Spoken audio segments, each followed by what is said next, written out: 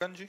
राधे राधे श्री हरिवंश। राधे राधे महाराज जी। महाराज जी, मैं बहुत वर्षों से आपके दर्शन अभिलाषी हूँ, किंतु मेरी पत्नी को डर रहता था कि मैं गृहस्थ छोड़ दूंगा। आज उसके साथ आपके दर्शन का सौभाग्य प्राप्त हुआ। गृहस्थ जीवन का महाराज जी क्या नियम है? क्या नहीं, मैं पतियों के गृहस्थ विवाह के उपरांत छोड़ना जरूरी नहीं है।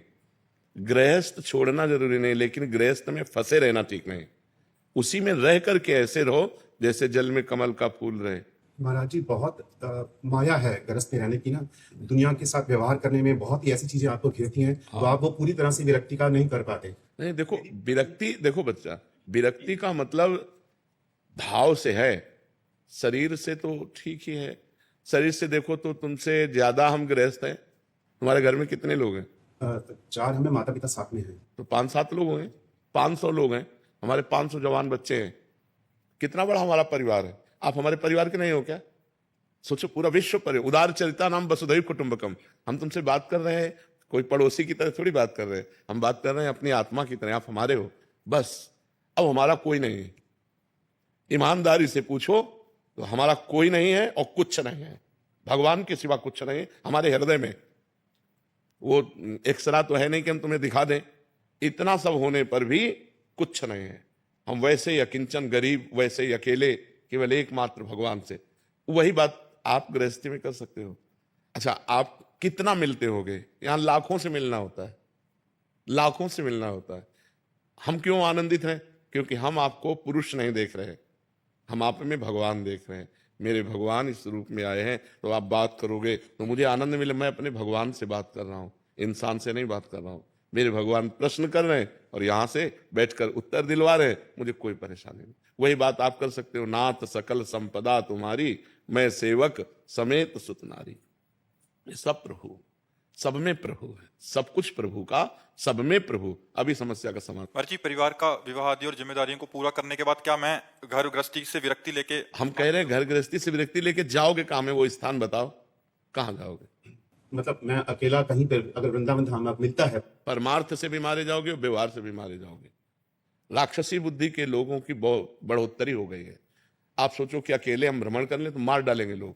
अगर गांव के लोग न दौड़ते तो मार डालते उन महात्माओं को, और मार ही डाला। वो कौन सा पीछे था, पालघर मार डाला।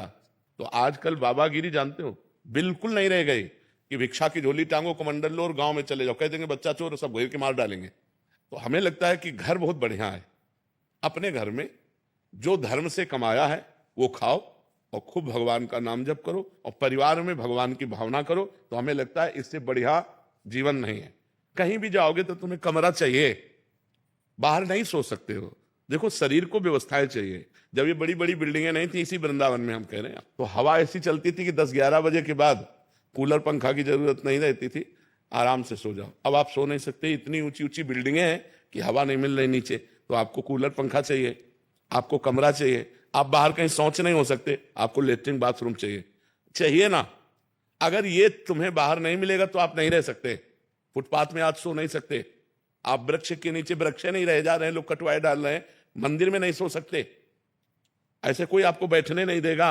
बड़ा समय विचित्र। पानी नहीं पी सकते, न कुआं है, न सरोवर है, न नदी का पीने लायक है। समय देखिए। तो भी भाई, घर में फिल्टर लगा है, घर में तुम्हारे कमरा है, लेटरिन बाथरूम, वहीं रहिए और खूब राधा राधा कहिए, और वहां रहकर कैसे भगवत प्राप्ति की जाए ये कला सीखिए। कहीं जाने की जरूरत नहीं।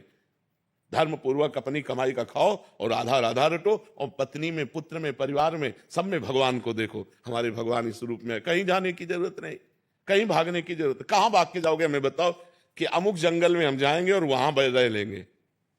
पानी नहीं मिलेगा, हैंडपैप नहीं रह गए, कुआं नहीं रह गए, सरोवरों का पीने लायक है नहीं, नदियों का पीने लायक है नहीं, कहां पानी पियोगे? हाँ, अब दूसरी रहनी।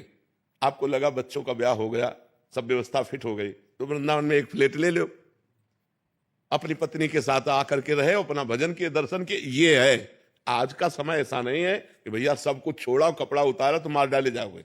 ऐसा समय है। किसी गांव में जाओगे, कोई आजकल संतों के लिए नहीं, तो पहले संतों की मंडलियां घूमती थी, अगर घूमेंगे तो मार डाले जाएंगे। समय ऐसा है ना कि लोग शराब पिए हैं, गंदे बातें मन में छाई हुई, तो संतों के प्रति भावनाएं नहीं है। ये तो बड़ी कृपा है कि कलयुग में कोई सत्संग सुनने आ रहा है। नहीं तो समय ऐसा आ जाएगा, कोई सत्संग नहीं, सब अपनी मनमानी आचरण करने वाले मिलेंगे। ठीक है ना? हाँ, कभी हम बहुत हित की बात इसीलिए खोल के आपको बताए। अब समय नहीं रह गया है। ऐसा ऐसा फैक्ट्रियों का गिर रहा है कि आप 2-4 दिन में आप बीमार हो जाएंगे, आप यमुना जल नहीं पी सकते। व्यवस्था से जीना पड़ेगा। तो वही भगवान ने, तुमने जीवन भर मेहनत की है तो तुम्हारी घर की व्यवस्था हुई, तो अपनी व्यवस्था में जियो ना।